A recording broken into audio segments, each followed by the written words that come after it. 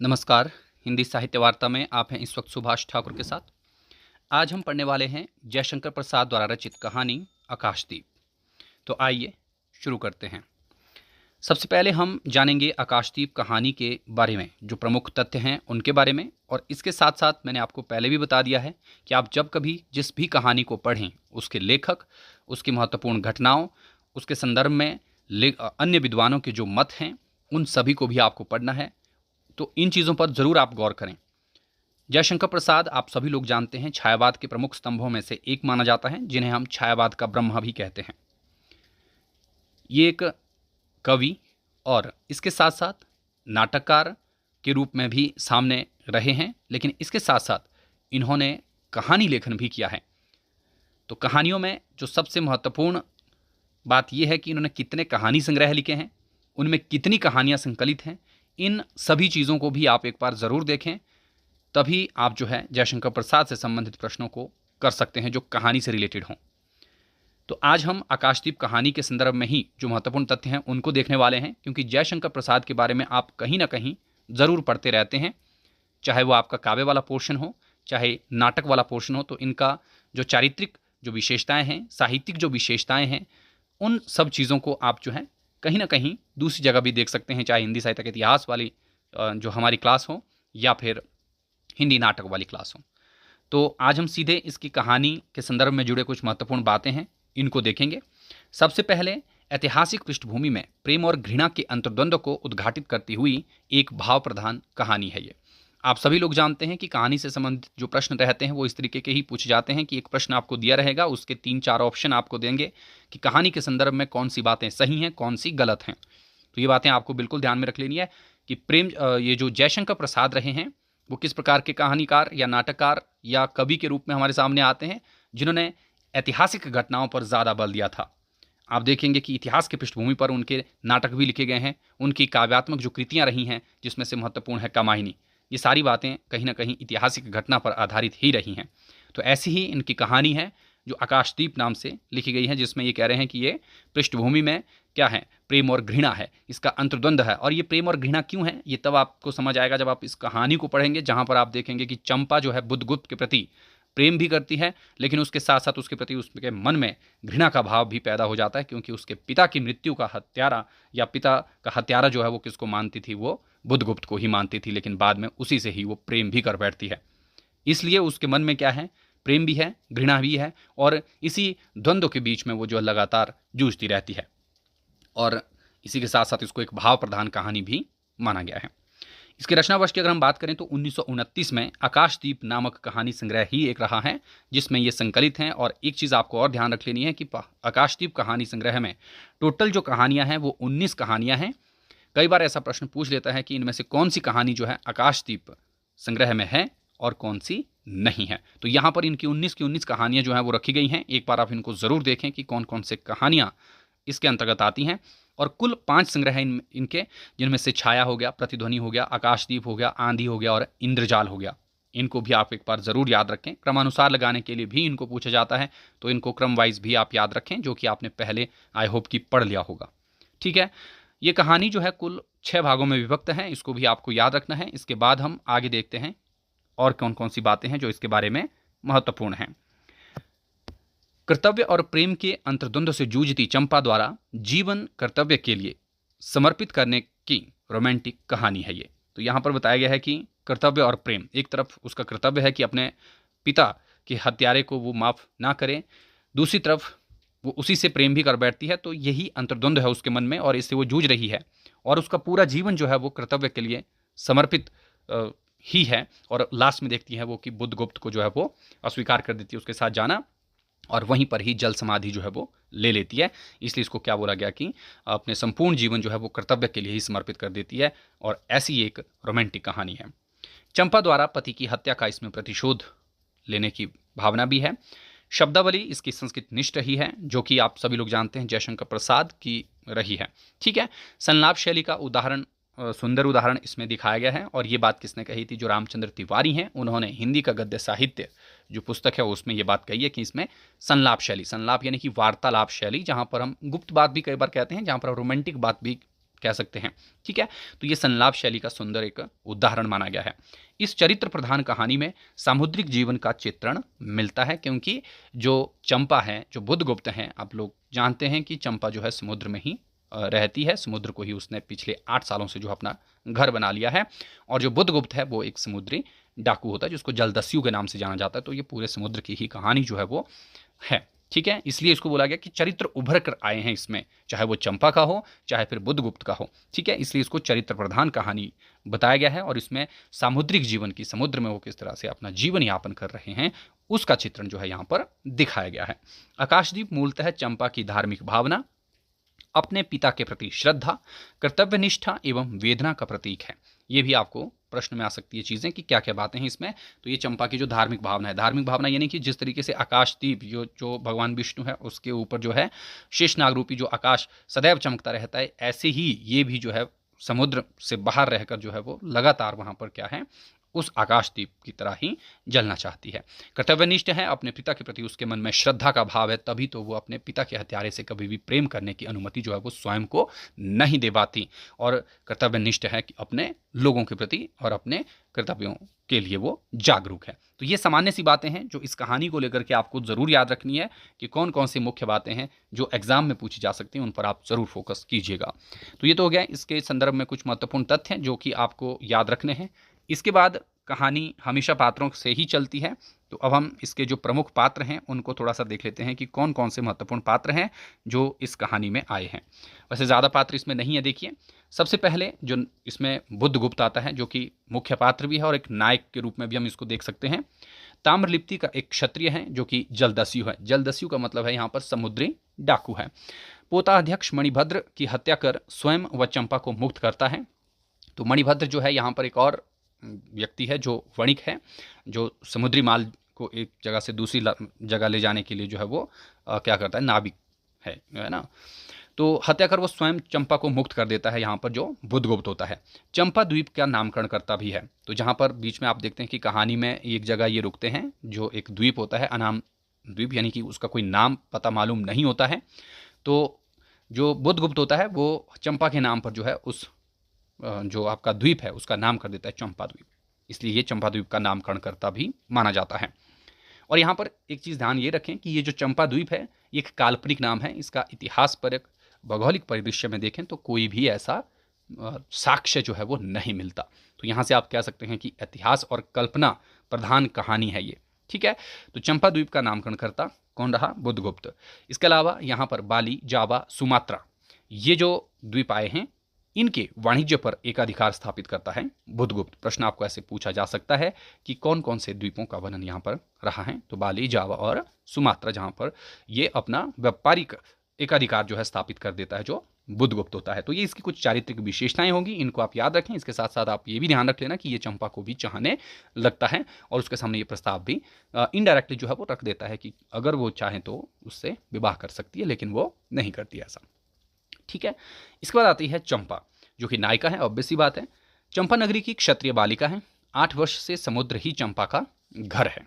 तो ये पहले तो अपनी माता जी के साथ रहती थी, लेकिन जब इसके बाद ये देखती है कि इसके पिता की मृत्यु हो जाती है, तो उसके बाद इसने क्या है, समुद्र को ही अपना घर जो है वो बना लिया था। चंपा के पिता मणिभद्र के यहाँ प्रहरी थे, ये भी आपको याद रखना है। बुद्धगुप्त को पिता की मृत्यु का कारण मानती है। माना यह जाता है कि जो बुद्धगुप्त था बुद्धगुप्त था, ये जलदस्यु था और समुद्री डाकू था जो इस पर आक्रमण कर देता था मणिभद्र का के ऊपर। और इसमें क्या होता है कि ये चंपा के पिता जो हैं वो भी मार दिए जाते हैं। लेकिन यहाँ पर दावा जो बुद्धगुप्त है वो ये करता है कि उसने उसके पिता को नहीं मारा था, बल्कि वो किसी दूसरे सैनिक की वजह से जो है वो मारा गया था। लेकिन यहाँ पर ध्यान ये रख लेना कि चंपा के पिता जो है लगभग 7 जलदस्युओं को मारकर ही जो है वो मरते हैं। ठीक है, वो एकदम से नहीं मरते। ये भी प्रश्न पूछा जा सकता है कि चंपा के पिता कितने जलदस्युओं को मारकर जो है वो जल समाधि में लीन हुए, तो ये होगा 7। ठीक है, मणिभद्र के घृणित प्रस्ताव को ये ठुकराने पर बंदी बना ली जाती है। जी, ये जो मणिभद्र है इसमें ये क्या करता है, ये चंपा को बुरी नज़र से देखता है, यानी कि इसको पाना चाहता है, ये कामुकता भरी दृष्टि से इसको देखता है। ठीक है, और चंपा जब इसका प्रतिकार करती है, इसके बदले में ही ये चंपा को क्या कर देता है, बंदी बना लेता है। बुधगुप्त के प्रति प्रेम और घृणा दोनों ही है चंपा के मन में। वो क्यों है ये मैंने आपको पहले ही बता दिया, क्योंकि वो अपने पिता का हत्यारा जो है वो बुधगुप्त को मानती है। लेकिन जब ये दोनों बंदी होते हैं तो इनडायरेक्टली इनको कहीं ना कहीं एक दूसरे के प्रति जो है वो आकर्षण हो जाता है, प्रेम हो जाता है, और ये प्रेम उसे बुधगुप्त के समीप जाने के लिए बाधित तो करता है, लेकिन दूसरी तरफ उसका कर्तव्य है कि अपने पिता के हत्यारे से वो कभी भी प्रेम न करे, और इसी अंतर्द्वंद्व में लगातार जो है वो पिसती रहती है। ठीक है, तो ये चीज़ इसमें याद रखनी है। तो मुख्य पात्र आपके यही हैं। इसके अलावा यहाँ पर गौण पात्रों की अगर हम बात करें तो मणिभद्र है जो कि खलनायक है, चंपा और बुधगुप्त दोनों को ही ये बंदी बना लेता है, जबकि एक जया है जो चंपा की सेविका है। ये भी आपने याद रख लेना है। ठीक है, तो ये सामान्य सी बातें होगी जो पात्र परिचय से संबंधित आपको पूछी जा सकती हैं, इनको याद रखें। इसके बाद हम कहानी की समीक्षा की अगर बात करें कि कौन कौन सी मुख्य बातें हैं, तो सबसे पहले यहाँ पर लिखा देखिए, कथा का प्रारंभ जो है नाटकीयता के साथ। बहुत महत्वपूर्ण चीज़ है, पूछी जा सकती है कि किस कहानी का आरंभ नाटकीय अंदाज में हुआ है। तो ये आपका जो आकाशदीप कहानी है उसका शुरुआत इस तरीके से हुई है। अंत जो है चंपा की जल समाधि के साथ, यानी कि ये एक दुखांतक कहानी है, दुखांत जिसको हम कह सकते हैं। आरंभ में दोनों का ही परिचय जो है वो हो जाता है। जब एक बंदी का संवाद भी आप कह सकते हैं कि किस कहानी की शुरुआत जो है दो बंदियों के संवाद से हुई है, तो ये आप याद रखें कि ये भी आकाशदीप से ही है। ठीक है, दोनों एक दूसरे के साथ परिचित होते हैं। चंपा मणिभद्र की कामवासना के कारण तथा बुधगुप्त युद्ध में पराजित होने के कारण बंदी है। तो मणिभद्र ने क्या किया है, चंपा के प्रति जो है कामुक या काम वासना थी उसकी, लेकिन जब वो उसका विरोध करती है इसलिए उसको बंदी बना दिया गया, और बुधगुप्त जो था वो युद्ध में बाद में पराजित हो गया था उससे। ठीक है, तो इसलिए यहां पर ये दोनों ही क्या हैं, बंदी है। आंधी की संभावना का लाभ उठाकर दोनों आपसी संयोग से इसमें क्या हो जाते हैं, बंधन मुक्त हो जाते हैं। जब ये देखते हैं कि आंधी चल रही है और जब ये समुद्री जहाज में होते हैं तो वहां पर ये एक दूसरे की सहायता करते हैं और दोनों बंधन मुक्त हो जाते हैं। मणिभद्र जो है सागर में डूबकर मर जाता है। नायक का बुधगुप्त को पुनः बंदी बनाने का असफल प्रयास किया जाता है इसके बाद। तो नायक यानी कि जो नाविक है, ठीक है, समुद्री जो जहाज है उसका जो नायक है, वो क्या करना चाहता है, बुधगुप्त को फिर से बंदी बनाना चाहता है, लेकिन इसका प्रयास जो है वो असफल रहता है और बुधगुप्त अपना अधिकार जो है उस नौका पर जमा लेता है। इसके बाद आगे कहानी में अनाम द्वीप में नौका रोककर चंपा और बुधगुप्त उतरते हैं और बुधगुप्त उस द्वीप का नामकरण चंपा द्वीप करता है। यहाँ पर देखिए कोई नाम उसका नहीं था, अनाम द्वीप बोला गया है, जहाँ पर ये दोनों जो है फिर उसके बाद नौका को रोक देते हैं और उस नगरी का नाम भी क्या हो जाता है, चंपा द्वीप हो जाता है। नगरी नहीं, सॉरी, द्वीप का नाम।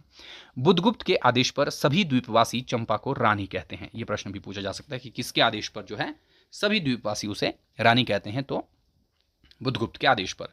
उसने क्रमशः बाली, जावा, सुमात्रा आदि द्वीपों के वाणिज्य पर अधिकार पा लिया। तो ये बुधगुप्त वैसे तो शक्तिशाली है, ठीक है, इसने क्या किया, कहाँ कहाँ, बाली, जावा और सुमात्रा इत्यादि जो द्वीप हैं वहाँ के जो व्यापारिक चीज़ें हैं उस पर अपना अधिकार जमा लिया था। चंपा के हृदय में बुधगुप्त के प्रति प्रेम व घृणा दोनों परस्पर पलते हैं, जो कि हम शुरुआत से ही पढ़ते आ रहे हैं कि चंपा के मन में दोनों ही भाव हैं।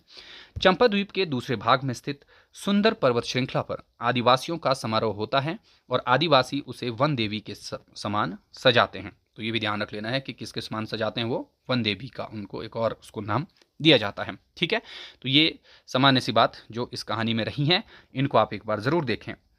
फिर उसके बाद बुधगुप्त की चंपा से विवाह करने की तत्परता, किंतु अपने पिता के हत्यारे से विवाह करने के लिए चंपा राजी नहीं होती। तो इसमें आप देखते हैं कि जो बुधगुप्त है वो चंपा से विवाह करने की इच्छा जताता है, लेकिन चंपा को कभी भी उसका हृदय इसकी अनुमति नहीं देता।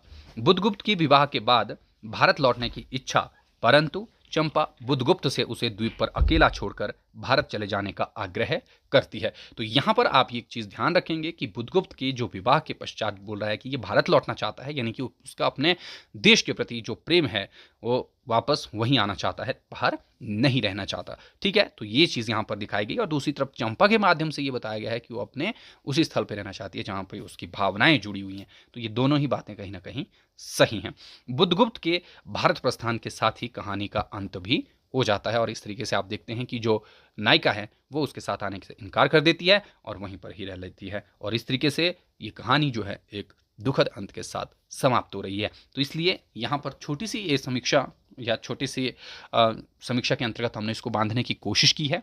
तो अगर किसी ने कहानी नहीं पढ़ी है तो इस छोटे से संदर्भ के ज़रिए आप इसको समझ सकते हैं कि इस कहानी में क्या चीज़ें हैं। लेकिन अगर आप देखें यूजीसी नेट के पाठ्यक्रम में कहानियों को पूछने की जो तरीका है तो उसमें आपको जो मूल पाठ है उसका अध्ययन करना ज़रूरी है। आगे इसका मूल पाठ रखा गया है तो उसका हम अध्ययन बाद में करेंगे। पहले हम जान लेते हैं कि इसमें क्या क्या महत्वपूर्ण और चीज़ें रही हैं, इसके उद्देश्य क्या हैं। तो यहाँ पर लिखा हुआ देखिए कहानी के उद्देश्य।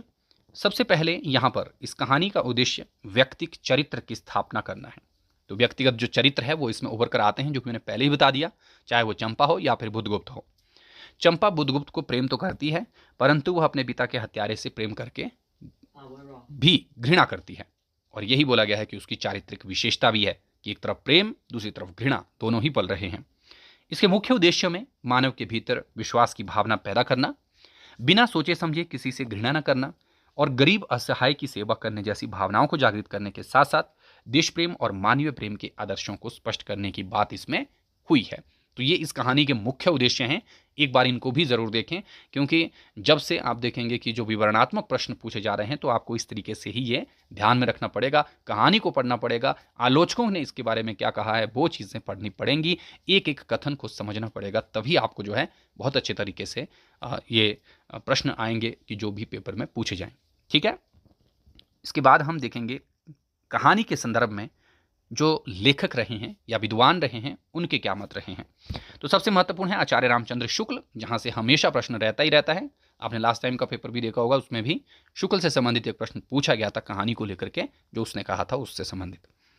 तो यहाँ पर इसने क्या बोला कि एशिया के भिन्न भिन्न भागों में भारतीय संस्कृति और प्रभाव की झलक जयशंकर प्रसाद जी के आकाशदीप में भी है।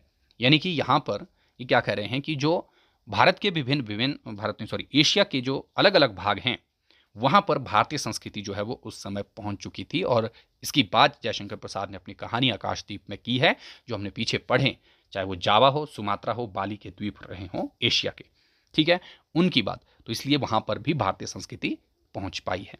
तो ये आचार्य रामचंद्र शुक्ल मानते हैं, बहुत महत्वपूर्ण कथन है। हिंदी साहित्य का इतिहास पुस्तक अगर आप इनकी पढ़ें तो वहाँ पर आप देखेंगे जहाँ पर इन्होंने गद्य खंड की बात जो है वो की है। दूसरे नंबर पर आते हैं गोपाल राय।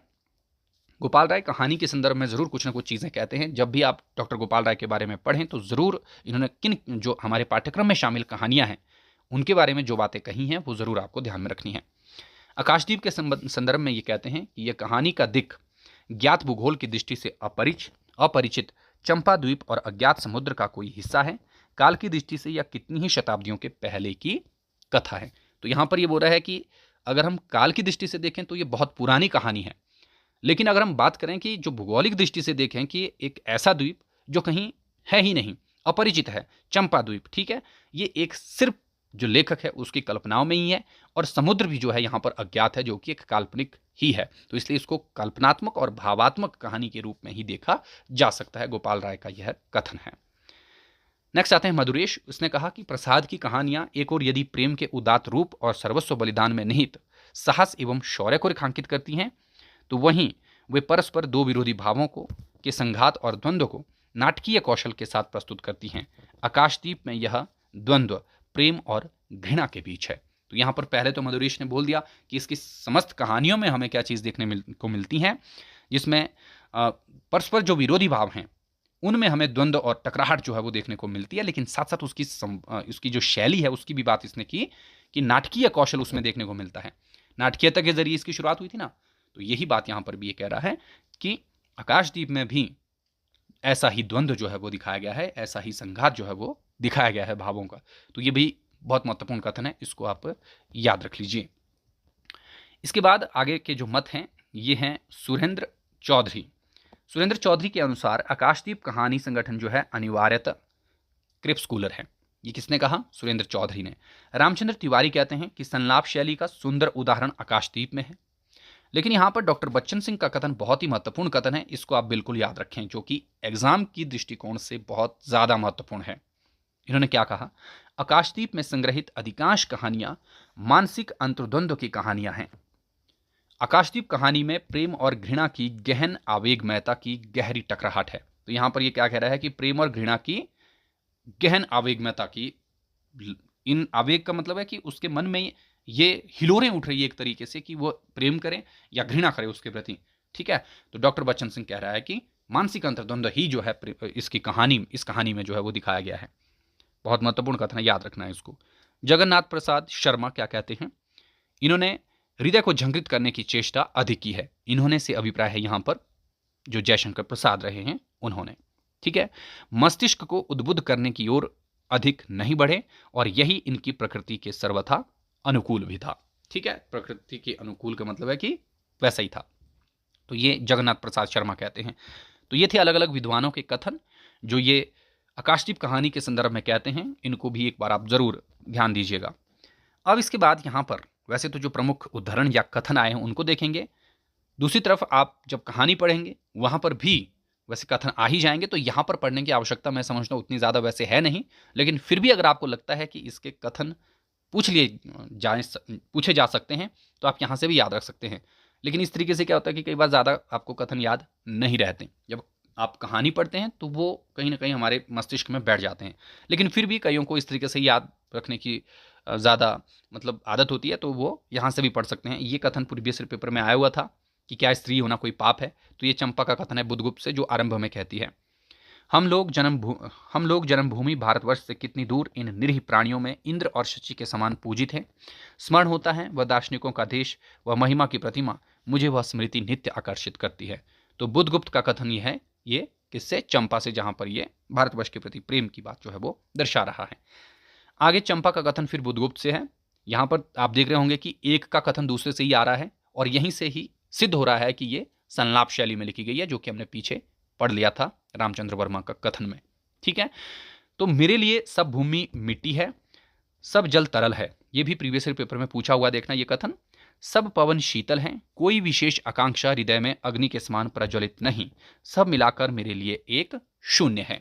तो यहां पर चंपा किससे कह रही है? बुद्धगुप्त से कह रही है। जब उसके पिता की मृत्यु हो जाती है उसके बाद जो है ये, जब वो उससे अपने प्रेम की बात कहता है वहां पर ये कह रही है। ठीक है, तो महत्वपूर्ण है, उसे कोई भी चीज जो है वो अच्छी नहीं लग रही। आगे यहां पर कुछ और कथन रहे हैं बुद्धगुप्त। अब चंपा से क्या कह रहे हैं यहां पर देखिए, कितने वर्षों से मैं ज्वालामुखी को अपनी छाती में दबाए हुए हूं। ज्वालामुखी को छाती में दबाए हुए से क्या अभिप्राय यहां पर कि वो अपना जो प्रेम है, जो किसके प्रति है, जो चंपा के प्रति है, वो उसको अभिव्यक्त नहीं कर पा रहा है। ठीक है, तब ये यहां पर ये पंक्ति जो है वो कह रहा है।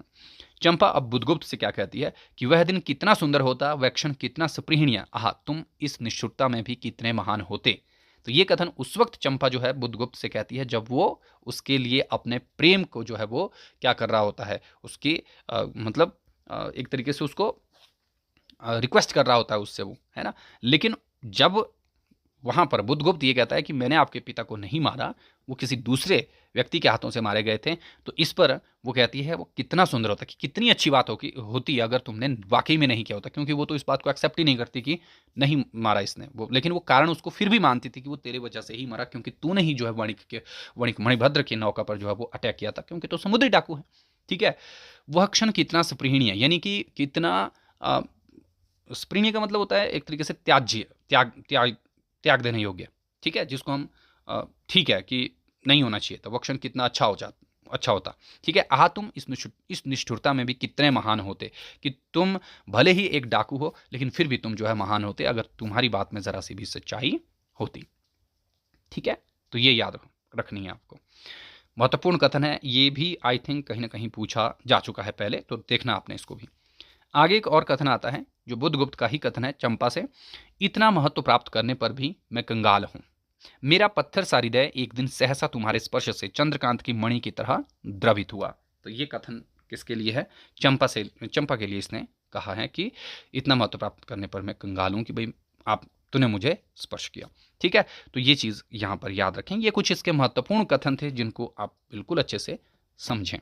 ओके, तो यहाँ पर आपकी कहानी लगभग वैसे हमने समाप्त ही कर ली है। इसमें चाहे आपकी समीक्षा हो, संक्षिप्त सारांश जिसको हम कह सकते हैं, या फिर इसके उद्देश्यों की बात करें, इसके संदर्भ में जुड़े महत्वपूर्ण तथ्यों की बात करें, या फिर प्रमुख उदाहरण या कथन इसमें जो आए हैं और इसके साथ साथ लेखकों ने इसके बारे में क्या कहा है, वो सारी चीज़ें हमने कहीं ना कहीं देख ली हैं। अब हम इसके जो मूल पाठ हैं उसकी तरफ देखते हैं कि क्या क्या बातें हैं, तो इसको एक बार पढ़ लेते हैं। आकाशदीप जयशंकर प्रसाद। बंदी क्या है, सोने दो। मुक्त होना चाहते हो, अभी नहीं, निद्रा खुलने पर। चुप रहो, फिर अवसर न मिलेगा। बड़ा शीत है, कहीं से एक कंबल डालकर कोई शीत से मुक्त करता। बड़ा शीत है, कहीं से एक कंबल डालकर कोई शीत से मुक्त करता। आंधी की संभावना है, यही एक अवसर है। आज मेरे बंधन शिथिल हैं। तो क्या तुम भी बंदी हो? हाँ, धीरे बोलो, इस नाव पर केवल 10 नाविक और प्रहरी हैं। ये प्रश्न पूछा जा सकता है कि उस नाव पर कितने नाविक और कितने प्रहरी हैं, तो याद रख लेना 10 नाविक और प्रहरी। शस्त्र मिलेगा? मिल जाएगा। पोत से संबद्ध रज्जू काट सकोगे? हाँ। समुद्र में हिलोरें उठने लगी, दोनों बंदी आपस में टकराने लगे। पहले बंदी ने अपने को स्वतंत्र कर लिया, दूसरे का बंधन खोलने का प्रयत्न करने लगा। लहरों के धक्के एक दूसरे को स्पर्श से पुलकित कर रहे थे। मुक्ति की आशा, स्नेह का असंभावित आलिंगन, दोनों ही अंधकार में मुक्त हो गए। दूसरे बंदी ने हर्षातिरेक से उसको गले से लगा लिया। सहसा उस बंदी ने कहा, यह क्या, तुम स्त्री हो? क्या स्त्री होना कोई पाप है? अपने को अलग करती हुई स्त्री ने कहा। शस्त्र कहाँ है तुम्हारा नाम? चंपा। तारक खचित नील अंबर और समुद्र के अवकाश में पवन उद्यम मचा रहा था। अंधकार से मिलकर पवन दुष्ट हो रहा था। समुद्र में आंदोलन था, नौका लहरों में विकल थी। स्त्री सतर्कता से लुढ़कने लगी। एक मत वाले नाविक के शरीर से टकराती हुई सावधानी से उसका कृपाण निकालकर फिर लुढ़कते हुए बंदी के समीप पहुंच गई। सहसा पोत से पथ प्रदर्शक ने चिल्लाकर कहा, आंधी। आपत्ति सूचक तूर्य बजने लगा। जब सब सावधान होने लगे। बंदी युवक उसी तरह पड़ा रहा। किसी ने रस्सी पकड़ी, कोई पाल खोल रहा था, पर युवक बंदी ढुलक कर उस रज्जू के पास पहुंचा जो पोत से संलग्न थी। तारे ढंक गए, तरंगें उद्वेलित हुईं, समुद्र गरजने लगे। भीषण आंधी पिशाचिनी के समान नाव को अपने हाथों में लेकर कुंदक क्रीड़ा और अट्टहास करने लगी। एक झटके के साथ ही नाव स्वतंत्र थी। उस संकट में भी दोनों बंदी खिलखिलाकर हंस पड़े। आंधी के हाहाकार में उसे कोई न सुन सका। अनंत जलनिधि में उषा का मधुर आलोक फूट उठा। सुनहली किरणों और लहरों की कोमल सृष्टि मुस्कुराने लगी। सागर शांत था। नाविकों ने देखा, पोत का पता नहीं, बंदी मुक्त हैं। नायक ने कहा, बुद्धगुप्त, तुमको मुक्त किसने किया? कृपाण दिखाकर बुद्धगुप्त ने कहा, इसने। नायक ने कहा, तो तुम्हें फिर बंदी बनाऊंगा। किसके लिए? पोताध्यक्ष मणिभद्र अतल जल में होगा। नायक, अब इस नौका का स्वामी मैं हूं, तुम जलदस्यु बुद्धगुप्त कदापि नहीं। चौंक कर नायक ने कहा और अपना कृपाण टटोलने लगा। चंपा ने इसके पहले उस पर अधिकार कर लिया था। वह क्रोध से उछल पड़ा। तो तुम द्वंद्व युद्ध के लिए प्रस्तुत हो जाओ, जो विजयी होगा वह स्वामी होगा। इतना कहकर बुद्धगुप्त ने कृपाण देने का संकेत दिया। चंपा ने कृपाण नायक के हाथ में दे दिया। भीषण घात प्रतिघात आरंभ हुआ। दोनों कुशल, दोनों त्वरित गति वाले थे। बड़ी निपुणता से बुद्धगुप्त ने अपना कृपाण दांतों से पकड़कर अपने दोनों हाथ स्वतंत्र कर लिए। चंपा भय और विस्मय से देखने लगी। नाविक प्रसन्न हो गए, परंतु बुद्धगुप्त ने लाघव से नायक का कृपाण वाला हाथ पकड़ लिया और विकट हुंकार के साथ दूसरा हाथ कटी में डाल उसे गिरा दिया। दूसरे ही क्षण प्रभात की किरणों में बुद्धगुप्त का विजयी कृपाण उसके हाथों में चमक उठा। नायक की कातर आंखें प्राण भिक्षा मांगने लगी। बुद्धगुप्त ने कहा, बोलो, अब स्वीकार है कि नहीं? मैं अनुचर हूं, वरुण देव की शपथ, मैं विश्वासघात नहीं करूंगा। बुद्धगुप्त ने उसे छोड़ दिया। चंपा ने युवक जलदस्यु के समीप आकर उसके क्षतों को अपनी स्निग्ध दृष्टि और कोमल करों से वेदना विहीन कर दिया। बुद्धगुप्त के सुगठित शरीर पर रक्त बिंदु विजय तिलक कर रहे थे। विश्राम लेकर बुद्धगुप्त ने पूछा, हम लोग कहाँ होंगे? बाली द्वीप में बहुत दूर, संभवतः एक नवीन द्वीप के पास, जिसमें अभी हम लोगों का बहुत कम आना जाना होता है। सिंहल के वणिकों का वहां प्राधान्य है। तो यहां पर देखिए बाली द्वीप की बात आई है, सिंहल यानी कि श्रीलंका की भी बात हो रही है। कितने दिनों में हम लोग वहां पहुंचेंगे? अनुकूल पवन मिलने पर 2 दिन में, तब तक के लिए खाद्य का अभाव न होगा। सहसा नायक ने नाविकों को डांड लगाने की आज्ञा दी और स्वयं पथवार पकड़कर बैठ गया। बुद्धगुप्त ने के पूछने पर उसने कहा, यहाँ एक जलमग्न शैलखंड है, सावधान न रहने से नाव टकराने का भय है। तुम्हें इन लोगों ने बंदी क्यों बनाया? वणिक मणिभद्र की पाप वासना ने। तुम्हारा घर कहाँ है? जाह्नवी के तट पर। चंपा नगरी की एक क्षत्रिय बालिका हूं। पिता इसी मणिभद्र के यहाँ प्रहरी का काम करते थे। माता का देहावसान हो जाने पर मैं भी पिता के साथ नाव पर ही रहने लगी। 8 बरस से समुद्र ही मेरा घर है। तुम्हारे आक्रमण के समय मेरे पिता ने ही 7 दस्युओं को मारकर जल समाधि ली थी। ये प्रश्न पूछा जा सकता है, इसके बारे में हमने पहले भी चर्चा कर ली थी कि उसके पिता ने कितने दस्युओं को मारा था, यानी कि समुद्री डाकुओं को। तो 7। 1 मास हुआ मैं इस नील नभ के नीचे नील जल निधि के ऊपर एक भयानक अनंतता में निसहाय हूं, अनाथ हूं। मणिभद्र ने मुझसे एक दिन घृणित प्रस्ताव किया, मैंने उसे गालियां सुनाई, उसी दिन से बंदी बना दी गई। चंपा रोष से जल रही थी। तो यहां पर अब चंपा ने बता दिया कि क्यों जो है उसे बंदी बनाया गया है, और वो कहां की है, जाह्नवी के तट पर। ठीक है। मैं भी ताम्रलिप्ति का एक क्षत्रिय हूं चंपा, परंतु दुर्भाग्य से जलदस्यु बनकर जीवन बिताता हूं। सॉरी। अब तुम क्या करोगी? मैं अपने अदृष्ट को अनिर्दिष्ट ही रहने दूंगी, वह जहां ले जाए। चंपा की आंखें निस्सीम प्रदेश में निरुद्देश्य थीं, किसी आकांक्षा के लाल डोरे न थे। धवल अपांगों में बालकों के सदृश विश्वास था। हत्या व्यवसायी दस्यु भी उसे देखकर कांप गया। उसके मन में एक संभ्रमपूर्ण श्रद्धा यौवन की पहली लहरों को जागने लगी। समुद्र वृक्ष और वृक्ष पर विलंबमयी राग रंजित संध्या थिरकने लगी। चंपा के असंयत कुंतल उसकी पीठ पर बिखरे थे। दुर्दांत दस्यु ने देखा अपनी महिमा में अलौकिक एक तरुण बालिका। वह विस्मय से अपने हृदय को टटोलने लगा। उसे एक नई वस्तु का पता चला, वह थी कोमलता। उसी समय नायक ने कहा, हम लोग द्वीप के पास पहुंच गए। बेला से नाव टकराई। चंपा निर्भीकता से कूद पड़ी। मांझी भी उतरे। बुद्धगुप्त ने कहा, जब इसका कोई काम नहीं है तो हम लोग इसे चंपा द्वीप कहेंगे। चंपा हंस पड़ी। 5 बरस बाद। तो यहां पर पूछा जा सकता है कि इस कहानी में कितने बरस के बाद की कहानी को फिर से जो बताया गया, 5 बरस के बाद की। शरद के धवल नक्षत्र नील गगन में झलमला रहे थे। चंद्र की उज्ज्वल विजय पर अंतरिक्ष में शरद लक्ष्मी ने आशीर्वाद के फूलों और खीलों को बिखेर दिया। चंपा के एक उच्च सौध पर बैठी हुई तरुणी चंपा दीपक जला रही थी। बड़े यत्न से अभ्रक की मंजूषा में दीप धरकर उसने अपनी सुकुमार उंगलियों से डोरी खींची। वह दीपाधार ऊपर चढ़ने लगी। भोली भोली आंखें उसे ऊपर चढ़ते हुए हर्ष से देख रही थी। डोरी धीरे धीरे खींची गई। चंपा की कामना थी कि उसका आकाशदीप नक्षत्रों से हिल मिल जाए, किंतु वैसा होना असंभव था। उसने आशा भरी आंखें फिरा ली। सामने जलराशि का रजत श्रृंगार था।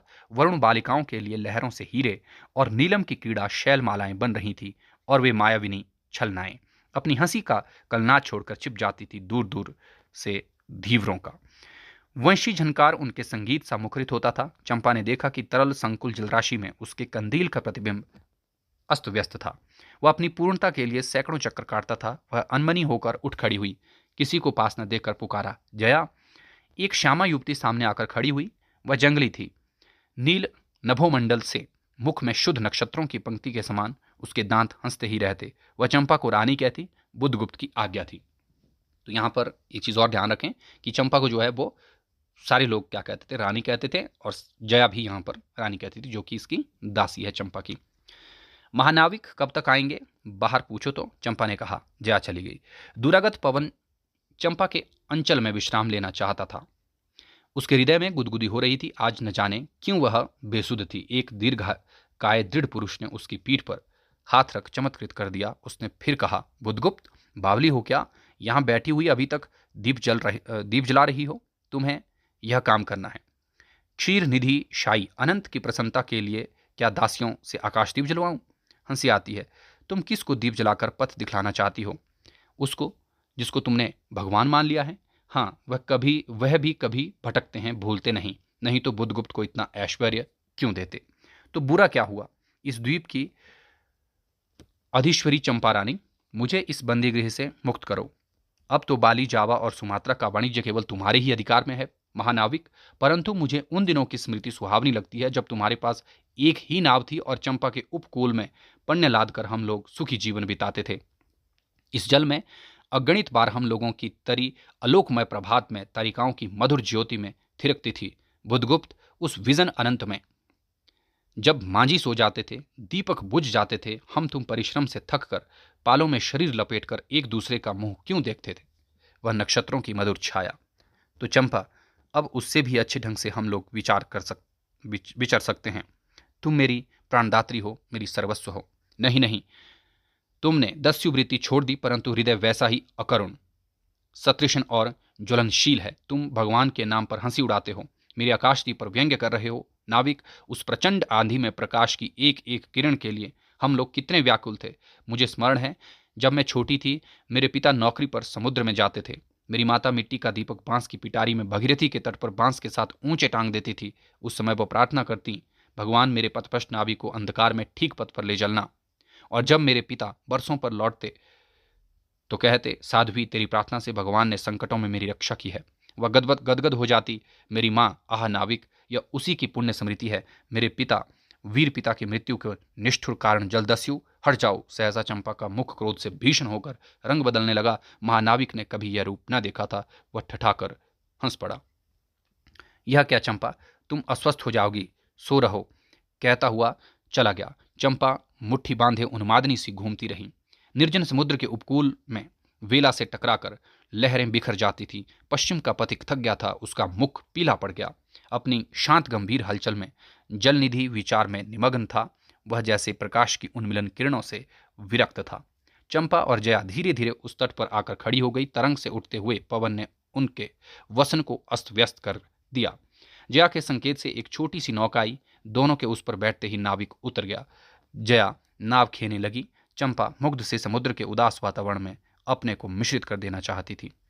इतना जल, इतनी शीतलता, हृदय की प्यास न बुझी, पी सकूंगी? नहीं तो जैसे वेला में चोट खाकर सिंधु चिल्ला उठता है, उसी के समान रोदन करूं, या जलते हुए स्वर्ण गोलक सदृश अनंत जल में डूबकर बुझ जाऊं। चंपा के देखते देखते पीड़ा और ज्वलन से आरक्त बिंब धीरे धीरे सिंधु में चौथाई आधा फिर संपूर्ण विलीन हो गया। एक दीर्घ निश्वास लेकर चंपा ने मुंह फेर लिया।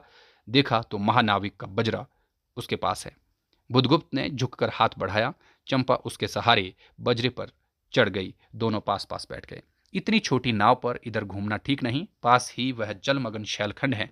कहीं नाव टकरा जाती या ऊपर चढ़ जाती चंपा तो अच्छा होता। बुधगुप्त, जल में बंदी होना कठोर प्राचीरों से तो अच्छा है। आज चंपा, तुम कितनी निर्दय हो। बुधगुप्त को आज्ञा देकर देखो तो वह क्या नहीं कर सकता, जो तुम्हारे लिए नए द्वीप की सृष्टि कर सकता है, नई प्रजा खोज सकता है, नए राज्य बना सकता है। उसकी परीक्षा लेकर देखो तो। कहो चंपा, वह कृपाण से अपना हृदय पिंड निकाल अपने हाथों अतल जल में विसर्जन कर दे। महानाविक, जिसके नाम से बाली, जावा और चंपा का आकाश गूंजता था, पवन थर्राता था, घुटनों के बल चंपा के सामने छल छलाई आंखों से बैठा था। सामने शैलमाला की चोटी पर हरियाली में विस्तृत जल देश में नील पिंगल संध्या प्रकृति की सहृदय कल्पना, विश्राम की शीतल छाया स्वप्न लोक का सृजन करने लगी। उस मोहिनी के रहस्यपूर्ण नील जाल का कुहक स्फुट हो उठा। जैसे मदिरा से सारा अंतरिक्ष सिक्त हो गया, सृष्टि नील कमलों में भर उठी। उस सौरभ से पागल चंपा ने बुधगुप्त के दोनों हाथ पकड़ लिए। वहां एक आलिंगन हुआ, जैसे क्षितिज में आकाश और सिंधु का। किंतु उस परिरंभ में सहसा चैतन्य होकर चंपा ने अपनी कंचुकी से एक कृपाण निकाल दिया। बुधगुप्त, आज मैं अपने प्रतिशोध का कृपाण अतल जल में डुबा देती हूँ। हृदय ने छल किया, बार बार धोखा दिया। चमक कर वह कृपाण समुद्र का हृदय वेदता हुआ विलीन हो गया। तो आज से मैं विश्वास करूं, क्षमा कर दिया गया? आश्चर्य कंपित कंठ से महानाविक ने पूछा। विश्वास? कदापि नहीं बुधगुप्त। जब मैं अपने हृदय पर विश्वास नहीं कर सकी, उसी ने धोखा दिया, तब मैं कैसे कहूं मैं तुम्हें घृणा करती हूं, फिर भी तुम्हारे लिए मर सकती हूं। अंधेरे जलदस्यु, तुम्हें प्यार करती हूं। चंपा रो पड़ी। बहुत ही महत्वपूर्ण कथन है ये इस कहानी का, जहां से उसके मानसिक अंतर्द्वंद की जो झलक है वो हमें देखने को मिलती है। जब वो उस कटार को फेंक देती है तो वो कहता है कि विश्वास मैं तुझ पर कभी भी नहीं कर सकती, जब मैं अपने ही हृदय पर विश्वास नहीं कर पा रही हूँ कि मैंने तुझ जैसे व्यक्ति से प्रेम कर लिया जिसने मेरे पिता का ही मृत्यु की है अभी। ठीक है, तो ये कह रहा है कि मेरे दिल ने मुझे धोखा दे दिया है, तो मैं औरों पर कैसे विश्वास कर सकूं। और यहाँ पर उसके अंतर्द्वंदों का स्पष्ट चित्रण जो है देखने को मिलता है। वह स्वप्नों की रंगीन संध्या तम से अपनी आंखें बंद करने लगी। दीर्घ निश्वास लेकर महानाविक ने कहा, इस जीवन की पुण्यतम घड़ी की स्मृति में एक प्रकाश गृह बनाऊंगा चंपा। यहीं उस पहाड़ी पर संभव है कि मेरे जीवन की धुंधली संध्या उससे आलोकपूर्ण हो जाए। चंपा के दूसरे भाग में एक मनोरम शैलमाला थी। वह बहुत दूर तक सिंधु जल में निमग्न थी। सागर का चंचल जल उस पर उछलता हुआ उसे छिपाए था। आज उसी शैलमाला पर चंपा के आदि निवासियों का समारोह था। उन सबों ने चंपा को वन देवी सा सजाया था। ताम्रलिप्ति के बहुत से सैनिक नाविकों की श्रेणी में वन कुसुम विभूषित चंपा शिविकारूढ़ होकर जा रही थी। शैल के ऊंचे शिखर पर चंपा के नाविकों को सावधान करने के लिए सुदृढ़ दीप स्तंभ बनवाया गया था। आज उसी का महोत्सव है। बुधगुप्त स्तंभ के द्वार पर खड़ा था। शिविका से सहायता देकर चंपा को उसने उतारा। दोनों ने भीतर पदार्पण किया था कि बांसुरी और ढोल बजने लगे। पंक्तियों में कुसुम भूषण से सजी वन बालाएं फूल उछालती हुई नाचने लगी। दीप स्तंभ की ऊपरी खिड़की से यह देखती हुई चंपा ने जया से पूछा, यह क्या है जया? इतनी बालिकाएं कहाँ से बटोर लाईं? आज रानी का ब्याह है ना? कहकर जया ने हंस दिया। बुद्धगुप्त विस्तृत जलनिधि की ओर देख रहा था। उसे झकझोर कर चंपा ने पूछा, क्या यह सच है? यदि तुम्हारी इच्छा हो तो यह सच भी हो सकता है चंपा। कितने वर्षों से मैं ज्वालामुखी को अपनी छाती में दबाए हुए हूं। चुप रहो महानाविक। क्या मुझे निसहाय और कंगाल जानकर तुमने आज सब प्रतिशोध लेना चाहा? मैं तुम्हारे पिता का घातक नहीं हूं चंपा। वह एक दूसरे दस्यु के शस्त्र से मरे। यदि मैं इसका विश्वास कर सकती, बुद्धगुप्त, वह दिन कितना सुंदर होता, वह क्षण कितना स्पृहणीय। हाँ, तुम इस निष्ठुरता में भी कितने महान होते। जया नीचे चली गई थी। स्तंभ के संकीर्ण प्रकोष्ठ में बुद्धगुप्त और चंपा एकांत में एक दूसरे के सामने बैठे थे। बुद्धगुप्त ने चंपा के पैर पकड़ लिए। उच्छ्वसित शब्दों में वह कहने लगा, चंपा, हम लोग जन्मभूमि भारतवर्ष से कितनी दूर इन निरीह महाप्राणियों में इंद्र और शची के समान पूजित हैं। स्मरण होता है वह दार्शनिकों का देश, वह महिमा की प्रतिमा। मुझे वह स्मृति नित्य आकर्षित करती है। परंतु मैं क्यों नहीं जाता? जानती हो, इतना महत्व प्राप्त करने पर भी मैं कंगाल हूं। मेरा पत्थर सा हृदय एक दिन सहसा तुम्हारे स्पर्श से चंद्रकांत मणि की तरह द्रवित हुआ। चंपा, मैं ईश्वर को नहीं मानता, मैं पाप को नहीं मानता, मैं दया को नहीं समझ सकता, मैं उस लोक में विश्वास नहीं करता, पर मुझे अपने हृदय के एक दुर्बल अंश पर श्रद्धा हो चली है। तुम न जाने कैसे एक बहकी हुई तारिका के समान मेरे शून्य में उदित हो गई हो। आलोक की एक कोमल रेखा इस निविड़तम में मुस्कुराने लगी। पशु बल और धन के उपासक के मन में किसी शांत और एकांत कामना की हंसी खिलखिलाने लगी, पर मैं न हंस सका। चलोगी चंपा? पोतवाहिनी पर असंख्य धनराशि लादकर राजरानी सी जन्मभूमि के अंक में आज हमारा परिणय हो। कल ही हम लोग भारत के लिए प्रस्थान करें। महानाविक बुद्धगुप्त की आज्ञा सिंधु की लहरें मानती हैं। वे स्वयं उस पोतपुंज को दक्षिण पवन के समान भारत में पहुंचा देगी। आह चंपा, चलो। चंपा ने उसके हाथ पकड़ लिए। किसी आकस्मिक झटके ने एक पल भर के लिए दोनों के अंधेरों को अधरों को मिला दिया। सहसा चैतन्य होकर चंपा ने कहा, बुद्धगुप्त, मेरे लिए सब भूमि मिट्टी है, सब जल तरल है, सब पवन शीतल है। कोई विशेष आकांक्षा हृदय में अग्नि के समान प्रज्वलित नहीं। सब मिलाकर मेरे लिए एक शून्य है। प्रिय नाविक, तुम स्वदेश लौट जाओ विभवों का सुख भोगने के लिए, और मुझे छोड़ दो इन निरीह भोले भाले प्राणियों की दुख और सहानुभूति और सेवा के लिए। तब मैं अवश्य चला जाऊंगा चंपा। यहां रहकर मैं अपने हृदय पर अधिकार रख सकूं, इसमें संदेह है। हाँ, उन लहरों में मेरा विनाश हो जाए। महानाविक के उच्छ्वास में विकलता थी। फिर उसने पूछा, तुम अकेली यहां क्या करोगी? पहले विचार था कि कभी कभी इस दीप स्तंभ पर से आलोक जलाकर अपने पिता की समाधि का इस जल से अन्वेषण करूंगी, किंतु देखती हूं मुझे भी इसी में जलना होगा जैसे आकाशदीप। एक दिन स्वर्ण रहस्य के प्रभात में चंपा ने अपने दीप स्तंभ पर से देखा। सामुद्रिक नावों की एक श्रेणी चंपा का उपकूल छोड़कर पश्चिम उत्तर की ओर महाजल व्याल के समान संतरण कर रही है। उसकी आंखों से आंसू बहने लगे। यह कितनी ही शताब्दियों पहले की कथा है। चंपा आजीवन उस दीप स्तंभ में आलोक जलाती रही, किंतु उसके बाद भी बहुत दिन द्वीप निवासी उस माया, ममता और स्नेह सेवा की देवी की समाधि सादृश पूजा करते थे। एक दिन काल के कठोर हाथों ने उसे भी अपनी चंचलता से गिरा दिया। बस इतनी सी थी ये कहानी, और आई होप कि आप लोगों को ये कहानी पसंद आई होगी। अभी के लिए इतना ही। हम मिलेंगे अपने नेक्स्ट सेशन में नई कहानी के साथ। तब तक के लिए बाय बाय।